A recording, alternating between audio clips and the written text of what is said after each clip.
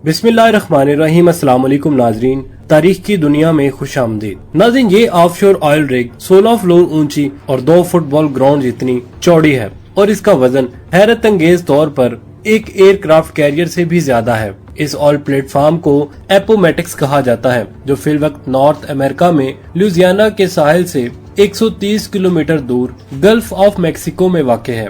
नाज़रीन, लेकिन इसकी मंजिल का आगाज आज से चंद साल पहले हजारों मील दूर साउथ कोरिया से हुआ था, जहां हजारों वर्कर्स और इंजीनियर्स इस ऑयल प्लेटफॉर्म को बनाने के लिए मसरूफ थे। नाज़रीन, पूरे 7 साल की मेहनत के बाद जब एपोमेटिक्स को तैयार कर लिया गया था तो इंजीनियर्स को एक ऐसा चैलेंज फेस करना पड़ा जो वो अपने कैरियर में पहली बार कर रहे थे। मसला ये था कि इस 2 कामत स्ट्रक्चर को साउथ कोरिया से गल्फ ऑफ मैक्सिको के लिए रवाना करना था और इसके लिए दुनिया का सबसे बड़ा मेरीन ट्रांसपोर्ट जहाज मंगाया गया। नाज़रीन, एपोमेटिक्स ट्रांसपोर्ट को उठाकर इस वेसल में रखना एक ऐसा टास्क था जिसमें कम से कम 7 दिन लगने थे, लेकिन अचानक उनको खबर मिली कि पैसिफिक ओशन में एक तूफान पैदा हो गया है और इस तूफान ने सुपर टाइफून की शक्ल इख्तियार कर ली है। इस लेवल का टाइफून 20 सालों में एक मर्तबा पैदा होता है। 315 किलोमीटर फी घंटा की रफ्तार से घूमता हुआ ये टाइफून अगले 7 दिनों के बाद किसी भी वक्त साउथ कोरिया के साहिल पर हमला कर सकता है। और नाज़रीन, ये बात तो हम सबको मालूम है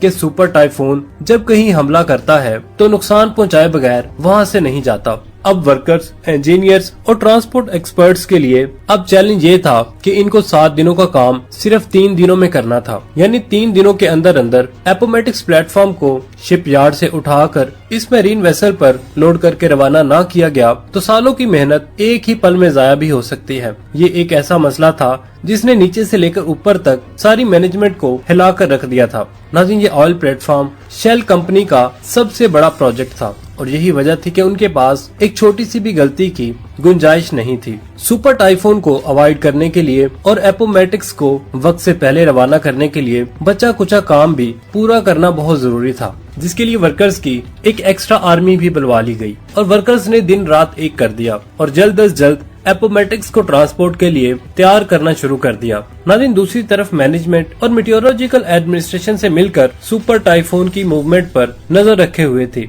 उनको एक उम्मीद थी कि शायद ये सुपर टाइफून अपनी डायरेक्शन बदल दे, लेकिन उनकी उम्मीदों पर तो जैसे पानी ही गुजर रहा था जब उनको ये मालूम पड़ा कि टाइफून तो पैसिफिक ओशन से सीधा साउथ कोरिया की जानिब बढ़ता जा रहा था। वर्कर्स की आर्मी ने जी जान लगाकर सिर्फ 3 दिनों के अंदर अंदर एपोमेटिक्स का सारा काम मुकम्मल कर लिया और नाज़रीन, अब बारी थी इस बहुत बड़े स्ट्रक्चर को उठाकर फ्लोटिंग डॉक पर रखने की। इस पूरे स्ट्रक्चर का वजन हैरत अंगेज तौर पर 41,000 टन बताया जा रहा था। इतना ज्यादा स्टील तो बुर्ज खलीफा की कंस्ट्रक्शन में भी नहीं इस्तेमाल हुआ था जितना इस ऑयल प्लेटफॉर्म के लिए लगाया गया था। बड़े बड़े हाइड्रोलिक जैक्स की मदद से एक इंच करके इसको धकेला गया और फ्लोटिंग ड्राई डॉक पर रख दिया गया। नाज़रीन, डक बोट्स की मदद से फ्लोटिंग डॉक को खींचकर शिप यार्ड से दूर ले जाया गया, जहां से इसको इस मेरीन वेसल में लोड किया जाना था। ये दुनिया की सबसे बड़ी मेरीन वेसल ट्रांसपोर्ट है जो 98,000 टन का वजन आसानी से उठा सकती है। और नाज़रीन, इसी पर एपोमेटिक्स को दुनिया के दूसरे कोने गल्फ ऑफ मैक्सिको जाना था।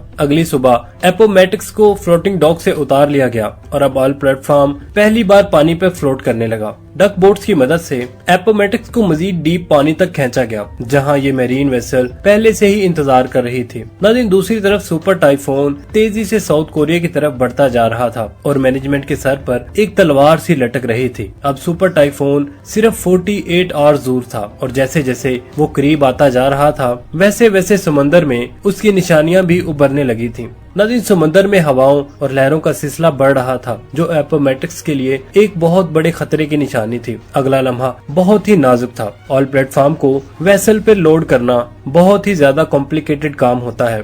नाज़रीन, इसके अंदर पहले वेसल अपने अंदर मौजूद वाटर टैंक्स के अंदर पानी भर लेती है, जिसकी वजह से वो पानी के अंदर चली जाती है। फिर टक बोट्स और प्लेटफॉर्म को खींचकर वेसल के ऊपर ले जाती है और फिर आखिर में वेसल पानी को वापस बाहर निकालती है, जिसकी वजह से वेसल ऊपर की जानिब उठ जाती है। लेकिन नाज़रीन ये काम इतना आसान भी नहीं होता है जितना आप समझ रहे हैं। इस काम के लिए समंदर का पुरसकून होना बहुत जरूरी होता है, क्योंकि अगर लहरों में ये काम किया गया हो तो एपोमेटिक्स सही अलाइनमेंट में वेसल के ऊपर नहीं लोड हो पाएगा। और नाज़रीन ये चीज एपोमेटिक्स और वेसल दोनों के लिए ही खतरनाक है। सुपर टाइफून की वजह से समंदर में काफी तेजी थी। लहरों और तेज हवाओं की वजह से ये काम करना मुमकिन ही नहीं था। दूसरी जानिब वक्त बड़ी तेजी से गुजरता जा रहा था और सारी टीम का स्ट्रेस लेवल काफी ज्यादा हो चुका था। नाज़रीन खुशकिस्मती से मेटेरोलॉजिकल डिपार्टमेंट से टीम को सिर्फ 2 घंटे का वक्त दिया गया, जिसमें चांसेस है कि समंदर पुरसकून रहेगा। इन 2 घंटों के अंदर अगर ये काम ना किया गया तो फिर इसके बाद और कोई और चांस नहीं मिल पाएगा।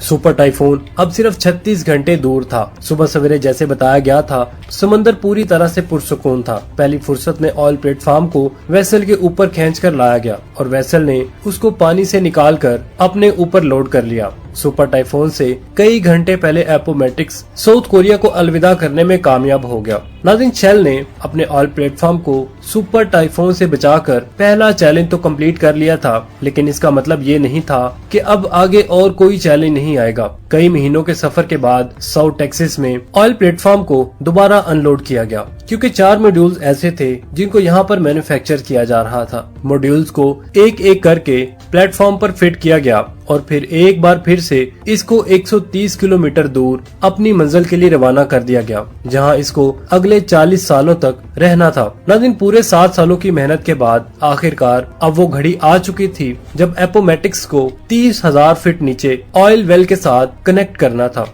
जिस जगह एपोमेटिक्स पानी में फ्लोट कर रहा है, यहाँ समंदर का बॉटम 7,400 फीट डीप है। नाज़रीन ये इतनी ज्यादा गहराई है कि इसमें लगभग 3 बुर्ज खलीफा फिट आ सकते हैं। लेकिन जिस ऑयल वेल से एपोमेक्स को कनेक्ट करना था, वो नाज़रीन हैरानकुन तौर पर इस गहराई से भी 22,600 फीट नीचे थी। नाज़रीन समंदर की इतनी गहराई में पानी का प्रेशर बहुत ज्यादा होता है, जहाँ पर किसी इंसान का जाना और फिर वहाँ कोई मिशन अंजाम देना इम्पॉसिबल होता है। लिहाजा समंदर के बॉटम पे ऑयल वेल के ओपनिंग के साथ एपोमेटिक्स को कनेक्ट करने के लिए remotely operated under water vehicles को इस्तेमाल करने का फैसला किया गया। नाज़रीन इंस्टॉलेशन क्रू जो कि एक अलग प्लेटफॉर्म से अंडर वाटर पाइपलाइंस को इंस्टॉल कर रहा था, उन्होंने ROV को क्रेन की मदद से समंदर के अंदर भेजा। ये एक बहुत ही कॉम्प्लिकेटेड काम होता है, जिसमें पाइपलाइन को ठीक ऑयल वेल की ओपनिंग के ऊपर जाकर लैंड करवाना होता है। नाज़रीन 7,400 फीट नीचे ये काम इतनी एक्यूरेसी से अंजाम देने का कंट्रोल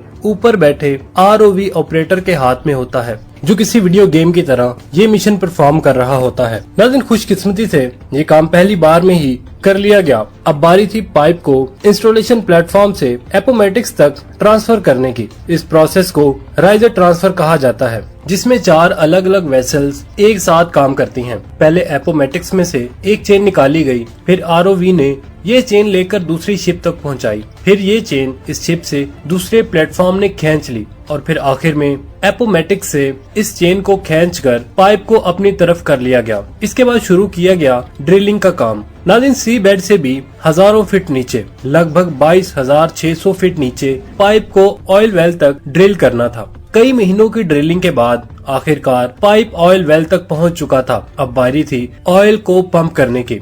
इस लम्हे को देखने के लिए पूरी टीम जमा हो चुकी थी और एक बटन की मदद से ऑयल पंप को ऑन किया गया। नाज़रीन 30,000 फीट नीचे से जब पहली बार ऑयल बाहर निकला तो सबके चेहरों पर खुशी दिखने जैसी थी।